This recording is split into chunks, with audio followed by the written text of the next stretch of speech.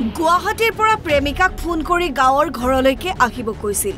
প্ৰেমিকৰ কথা শুনি ঘৰলৈ আহিছিল প্ৰেমিকা, কিন্তু আজি 4 দিনে ঘৰলৈ অহা নাই প্ৰেমিক আনসাৰ। প্ৰেমিকৰ ঘৰত শুই বহি দিন কটাইছে প্ৰেমিকাই। ৰব, কাহিনী ইমানতে শেষ হোৱা নাই। আনসাৰৰ প্ৰেমিকা আকৌ আনৰ পত্নী। 2 কন্যা সন্তানৰ মাতৃ। 15 ফেব্ৰুৱাৰীত প্ৰেমিকৰ সৈতে গুচি গৈছিল পত্নী।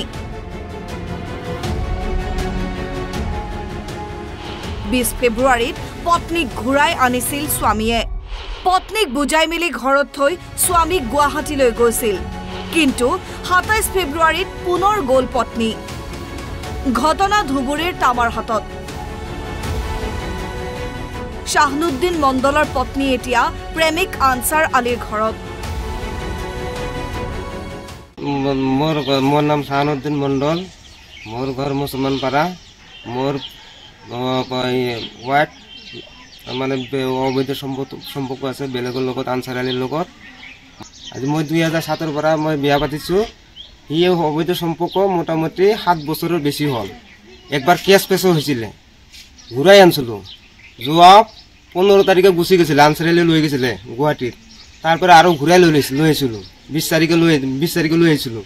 আনাৰ পিছত মই বুজাই পেলাই থৈ পেলাই মই গুৱাহাটীত যেতিয়া গুচি যাওঁ, সি আকৌ 27 তাৰিখে মই যেতিয়া মোবাইলটো লৈ যাওঁ ঘৰৰ পৰা, সি আনসাৰ আলী পইচা পঠাই দিয়ে। মোবাইলটো কিনি পেলাই আনসাৰ আলীৰ লগত আৰু পলাই আনসাৰ আলীৰ ঘৰত গুচি যায়। কিমান তাৰিখে? 27 তাৰিখে। এতিয়া ক'ত আছে? এতিয়া আনসাৰ আলীৰ ঘৰত আছে। এতিয়া আপুনি কি বিচাৰে? মই বহুতবাৰ বুজাইছোঁ, আনি পেলাই যেতিয়া আনসাৰ আলীৰ লগত 15 তাৰিখে যেতিয়া গৈছিলে তেতিয়া আনিছোঁ, বুজাইছোঁ, ভাল কৰি বুজাইছোঁ। যি হৈছে সংসাৰ কৰি খা, 2টা ছোৱালী আছে, ছোৱালী 2টা মানুহ কৰিব লাগিব।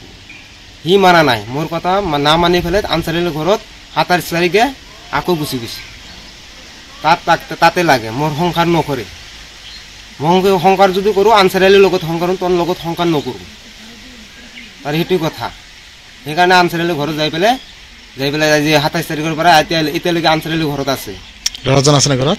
ল'ৰাজন ঘৰত নাই, গুৱাহাটী। তাক ল'ৰাজনে বোলে তাক যাব দিছে। আনসাৰ আলী মোবাইলো কিনিবৰ কাৰণে 1500 টকা দিছে।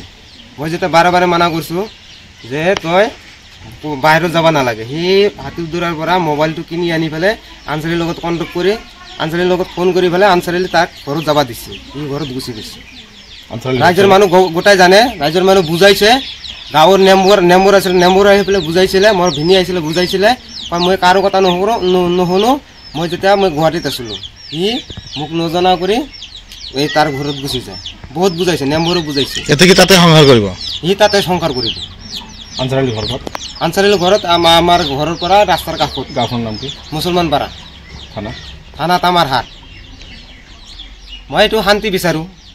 তাৰ ইচ্ছা, সি তাতে মইতো সেইদিনা বাৰে মানাইছিলোঁ। 15 তাৰিখে যেতিয়া লৈ আহিছে তাৰ বুজাই থৈ গৈছোঁ। সি মোৰ সংসাৰ নকৰে। ৰাইজৰ মানুহক সুধি পেলাই চাব, ৰাইজৰ মানুহে আগত কৈ গৈছে তাৰ সংসাৰে নকৰোঁ, মই তাৰে সংসাৰ কৰিম।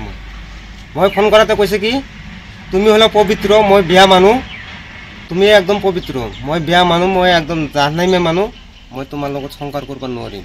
মই পাপী মানুহ, মই পাপী, তাৰ লগত পাপ কাম কৰিছোঁ। মোৰ ঘৰত আছে। ছোৱালী 2টা কৈছে যে মায়ে যদি এই ঘৰত আহে আমি 2টা ঘৰত নাথাকোঁ। যি ক'ব ছোৱালী 2টা মায়েকক নালাগে, বাপকো যায়। এই প্ৰেম কাহিনীয়ে কি ৰূপ লয় তাৰ বাবে কৰিব লাগিব কিছু অপেক্ষা। তামাৰহাটৰ পৰা ৰেজাউল কৰিম প্ৰধানী, NB নিউজ।